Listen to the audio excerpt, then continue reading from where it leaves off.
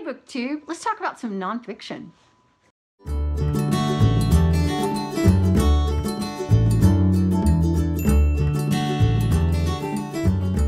I'm Jen and I talk about audiobooks, and recently I have read some nonfiction. I know, totally out of character for me, but you know, I really enjoyed it, and so I wanted to tell you a little bit about it. So I have 3 books here, and I listened to all 3 on audio, and yet I still have 2 of them. So I'll start off with Settle for More by Megyn Kelly. Megyn Kelly is a newscaster, most recently on Fox News, and she has since now moved on, and I couldn't even tell you what she's doing because I don't watch television very much. But this, she narrated herself. It is essentially her life story. It's her memoir. And I liked it a lot.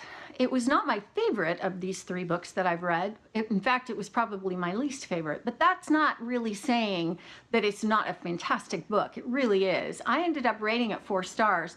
And I think that when people review this book, their problem with it is that they think that Megyn Kelly is Megyn Kelly's biggest fan. And I would not say that. Megyn Kelly is a woman who has worked so much, so hard. She has worked her ass off to get where she is.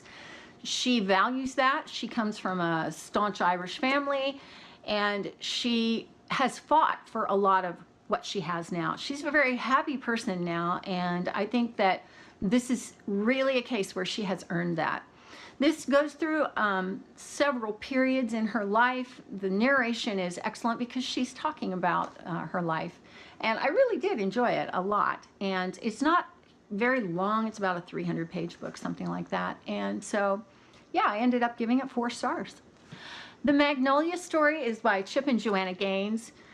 The story with this book is that my husband is a huge sports fan. And so it was football season, and I was watching an episode that I had recorded of Fixer Upper, which is the show on which this couple is featured. It's their show. And he walked out and he said, "Are you going to be here for a while?" And I said, "Well, it only has like 10 minutes left." And he goes, "Fine." And he sat down. My husband is a very wonderful man, and he likes people. He's very affable. And for him to say that to me is not really out of character, but he doesn't do it very often. So he's like, okay, whatever. So he sat down, and then he was hooked.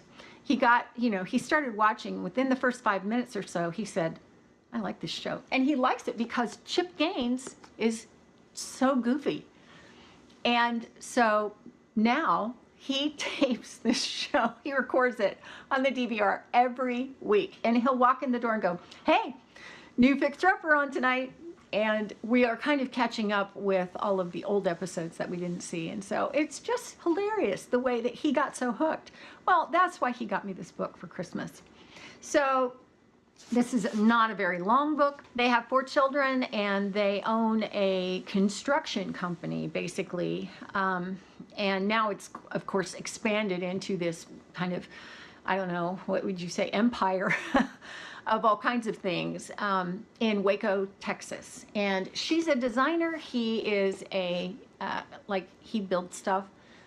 And this is their story. It's the story of how they fell in love, what they did before they fell in love, how, stuff they did in high school and college, how they got through college, what brought them together, and then their early married life, and what brought them to the show Fixer Upper and their lives at this point. It was delightful. It was delightful. Joanna is the straight man to Chip the goofball, and she narrates the bulk of it, but Chip will jump in at various times and he will narrate his parts. And he reads this just like he speaks. It sounds the same way. You don't even know that he's reading part of a book. So this was an absolute joy to read. It really was. It doesn't hurt that I really like these people, and I really like their television show, but I really enjoyed it. And if you like the show Fixer Upper, you will love this book. And the last book I want to talk about is Reality is Not What It Seems by Carlo Rovelli. This was a book I got from Penguin to review, and what a pleasure. It's narrated on audio by Roy McMillian. and it is all about quantum physics. Now, I love quantum physics. It is not a subject that is a popular one among, people in general, but I love the way that scientists are trying to come up with one theory that explains everything, both in theory and mathematically and generally speaking. There are two main theories which are widely held, and they don't mesh mathematically. So, the search is on to figure out one that does. This, first of all, the narration was exceptional. I have to say, I loved it. And this is a book that has been translated from the Italian. He reads things with such wonder and such emotion. There are times that I really noticed where he would say, "And how is this possible? What an amazing thing." And you could just hear Rovelli thinking that. And he captured that emotion and the awe with which Rovelli views the universe and the way it has come together. Rovelli is really smart in the way that he does this. And I have to say that at the very first part of the book, I thought, I am going to be bored to tears. This is supposed to be written in layman's terms and everybody likes it, so why do I not think that? Well, it's because Rovelli starts at the beginning of known science. He talks about the very basic things like Newton and gravity, things like that. And then he progresses throughout history to kind of build on that foundation. And that turns out to be really helpful because he doesn't take a huge amount of time to spend on the ancients, but he does take some time.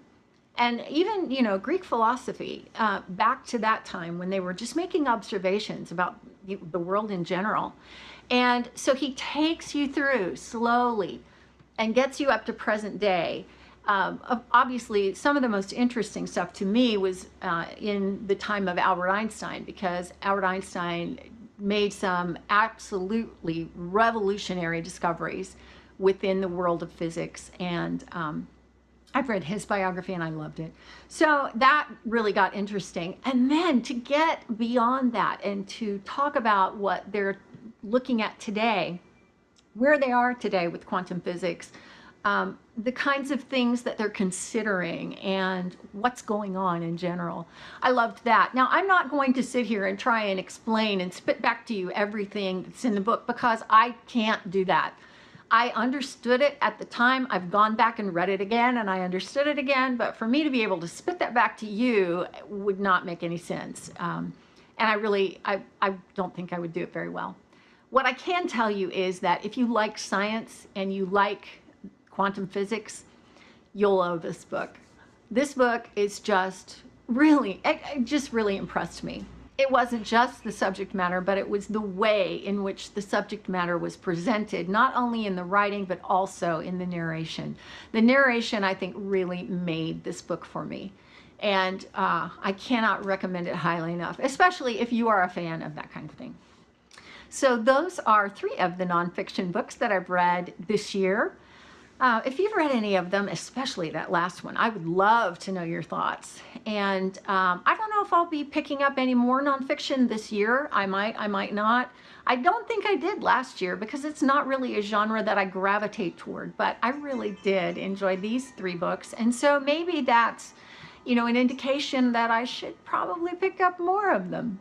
So I may do that. But until then, that's it for now from me. I will see you next time. Thanks for watching.